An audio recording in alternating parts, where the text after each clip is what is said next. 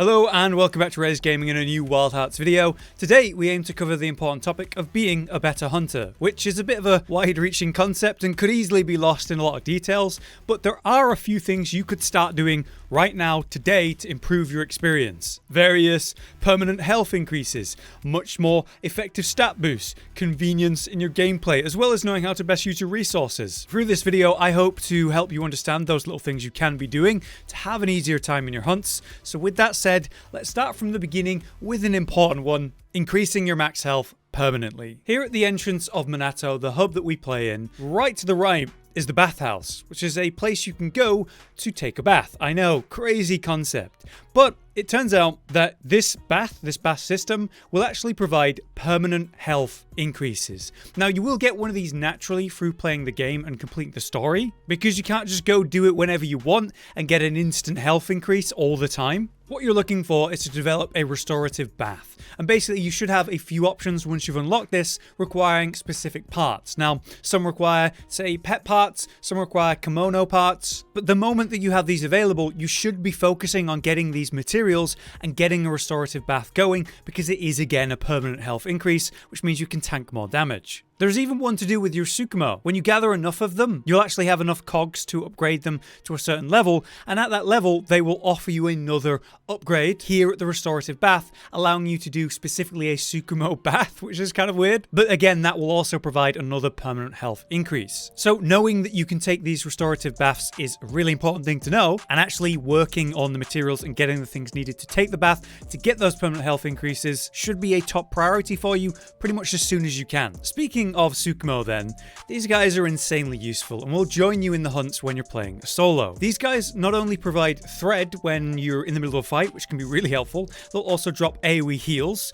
and they can even distract Kemono at the important points when, say, you're low health or you're stunned, drawing the attention away from you, probably saving your life. They're amazing. Also, they deal nice damage over time, sort of passively, especially if you upgrade them. As you upgrade them, that will actually increase your thread cap, meaning you can carry more thread and cast and create more Karakuri. That's obviously a DPS increase and something that will help you survive in many of the difficult fights. To upgrade a Tsukumo then, you just need to go to a fire. This can even be a campfire out in the world that you place as a dragon Karakuri, or here in the hub where I'm just interacting with my home's camp. Through the use of old cogs, we can upgrade our attack form, defense form, assist form, and threader form. The ones that you should get going immediately are the threader form and assist form from 0, because then you'll start getting the heals and it'll start dropping the thread. But the more you upgrade them, the more cogs this actually starts to cost, so you should ultimately long-term try to min-max by spending the minimal amount of cogs per upgrade, trying to upgrade the Tsukumo as many times as you can in a quick burst. This will help you get more thread sooner, which is great, but it's also important to know that your max thread cap is 24. So now that I've reached that, I can no longer upgrade my Tsukumo and get more thread now that I've got 24 cap. To get the old cogs you need to upgrade these things, it's honestly quite simple. You just need to bump into wild Tsukumo in each of the regions. In each map, there are 50 total for you to go find, and you can make use of hunting towers to reveal where they are on the map. I would recommend the hunting tower expansion to improve the detection range of your hunting towers firstly, which is a very early upgrade, and then go for hunting tower deep probe, which enables the hunting tower to detect the location of not only documents, but also Tsukumo. And it'll help you find relics on the map as well, which will lead to getting yourself more talismans sooner. A very worthy upgrade, that's for sure, because with it, once I activate one of our towers to search for Kemono, it will also reveal all of the secrets of the map, including where Tsukumo are and the relics, like I said, and it will show as these question marks all over the place. This allows me to say mark that one and just go over to it, which, as you can see, takes the guesswork out of finding the secrets. Next, it's time for us to talk about food, because this is really important. The basics of food and food stations can be a bit overwhelming, so I'm going to segment this into two parts. Firstly, understanding the types of food. There is fish, there is meat, and there is vegetables. Meat generally gives you damage skills, whereas fish generally gives you stamina skills. So you can see with the red meat here, I get increased attack, whereas with the fish, I inhibit stamina loss. Finally, with vegetables, it's a bit kind of random. Generally, they're utility or survival skills, like faster stowing of your weapon. All food will also give you health boost, so obviously you should always be eating a max amount of food every single Kemono hunt to make yourself more survivable. But now we can enhance the food that we have in different ways, and that's through the different food processing stations. Now this can be a bit overwhelming, so again I'm going to try to keep this as simple as possible. To start with, the first processing station you'll unlock is the drying rack. All this does is enhance the power of food. So if you were to put something on the drying rack, so these eggplants that haven't been dried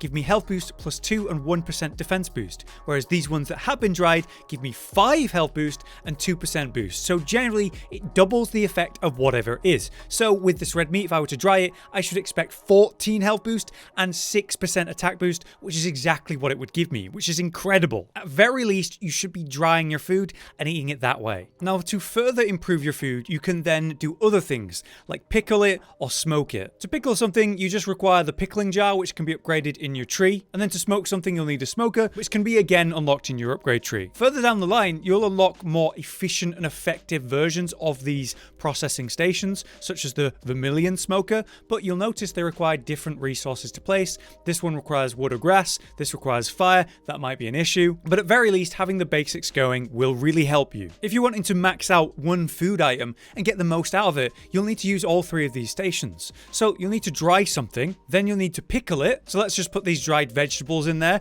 and that'll get us just over enough to get 1 from it. Pickling requires some kind of seasoning, so salt or pepper or even syrup. These work as these increases. Depending on what seasoning you use, you get different benefits. So in this case, we have defense boost and wood resilience. Here we have wood boost and defense boost. Or on this one, we have wood wilt. It only requires 1 seasoning to get going though, so it's very cheap. Once our pickled ingredient is done though, we can then smoke it in the smoker, which will take the properties that it has, in this case, health boost, wood boost, and defense boost, and just enhance those, increasing the health boost and the wood boost in this case. We only need to put the 1 in, and it's good to go. To help manage all of this, I would recommend you get yourself a chest, or an ingredient chest to be specific. Then you can put things in here to manage your inventory a little bit better. I would recommend you putting seasoning at very least in here, so that it's not wasting your space, since you don't really want to eat seasoning. But you can actually increase the size of which you're able to hold ingredients, which is something I would really recommend once you start getting into the system. You need to talk to the carpenters around the back behind the blacksmith, choosing the option of have a new building constructed. This, in exchange for gold,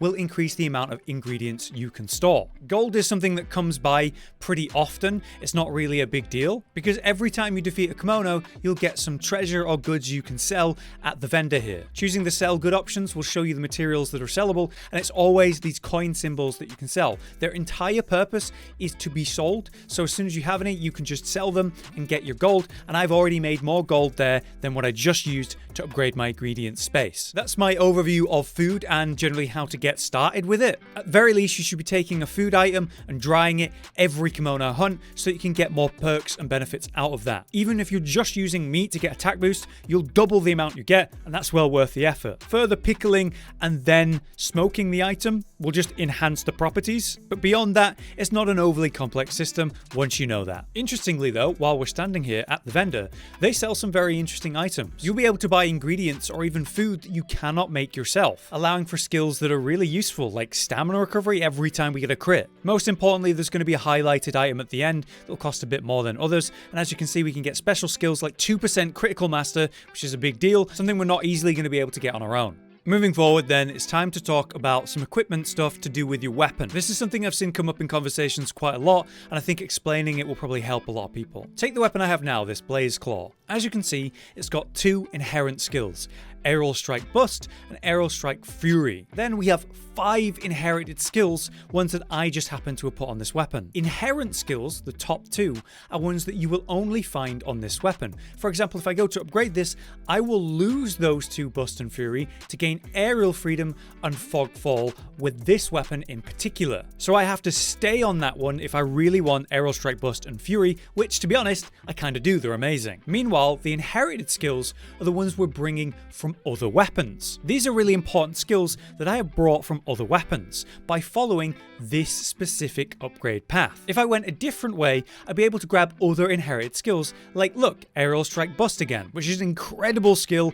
extremely useful. Your long-term goal then is to land on a specific weapon that you want the inherent skills of. Usually that'll be one of these 3 tiers here at the end, because these have the highest raw numbers. I'm intentionally not hovering over them to avoid spoilering you, which is awkward for this video purpose, but these last 3 all generally have similar or the same damage numbers. It's the perks, the inherent skills that you should care about. But fortunately, what you can do is dismantle a weapon. Let's take this bow for example. I've started going down the right tree, and maybe I regret doing that. Maybe I realize there's better skills all the way over here on the left tree. What I can do is dismantle and go back. So we can go back a point, and it'll cost me some gold to do, but then I'll get my materials back. And I can do that again over here, then make my way forward and start getting the inherited skills that I want over on the left side of the tree. Just because I've started to make progress one way doesn't mean I can't go back, and in fact, get the Kemono parts that I spent to do that in the first place, allowing me to go back this way should I want to, because I have those material parts.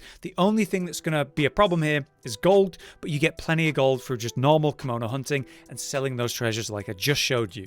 Now I want to talk about some combat specific tips that should hopefully help you in your own gameplay. Now this will depend on which weapon you're actually using and the benefits of using this weapon. For example, what I need to do with the claw is attack, and this will build up the gauge at the bottom left. The more that I attack and the more gauge that I build, when I go to claw, the more stamina I will actually have to use the claw for combat purposes. So ideally I want to build that gauge as fast as possible. But I know that if I triple crate, I can get a high plunge attack which will land and then give me 75% energy on the claw to begin with, even though my gauge was empty. So it's a great thing to do for me to start a Kemono fight with a triple box, or if I've completely got no gauge and I don't feel like building up, just triple crating. Why not? Knowing that makes my life a lot easier when using the claws. There's simple and obvious ones like say the Nodachi. When I'm charging standing still, I get faster charge than when I'm moving, but I can just stand still and then make use of say springs to charge and move and be optimal with how quick I charge, repositioning and avoiding attacks, and then using springs to land where I'm supposed to for the unleashing. So making use of springs with this weapon in particular is pretty much the ideal and most important basic Karakuri you can use. Another example, and a great one, is the bow.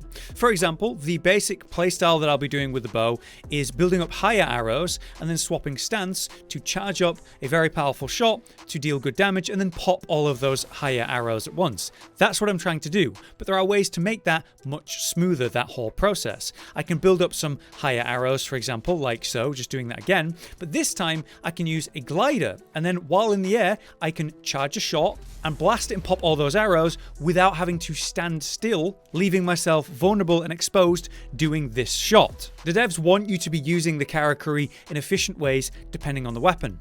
Different Karakuri will give you different benefits depending on what weapon you're using. So I would really recommend you experiment with the basic Karakuri and find out how they can make your gameplay a bit more optimal for your weapon. Now I want to talk to you about Fusion Karakuri, because there are 3 that I believe you should be using, although you'll have to choose between 2 of them. Firstly, the Fusion Karakuri I believe everyone should be using is the trap, which is 2 stakes and then a crate, and then 2 stakes and then a crate.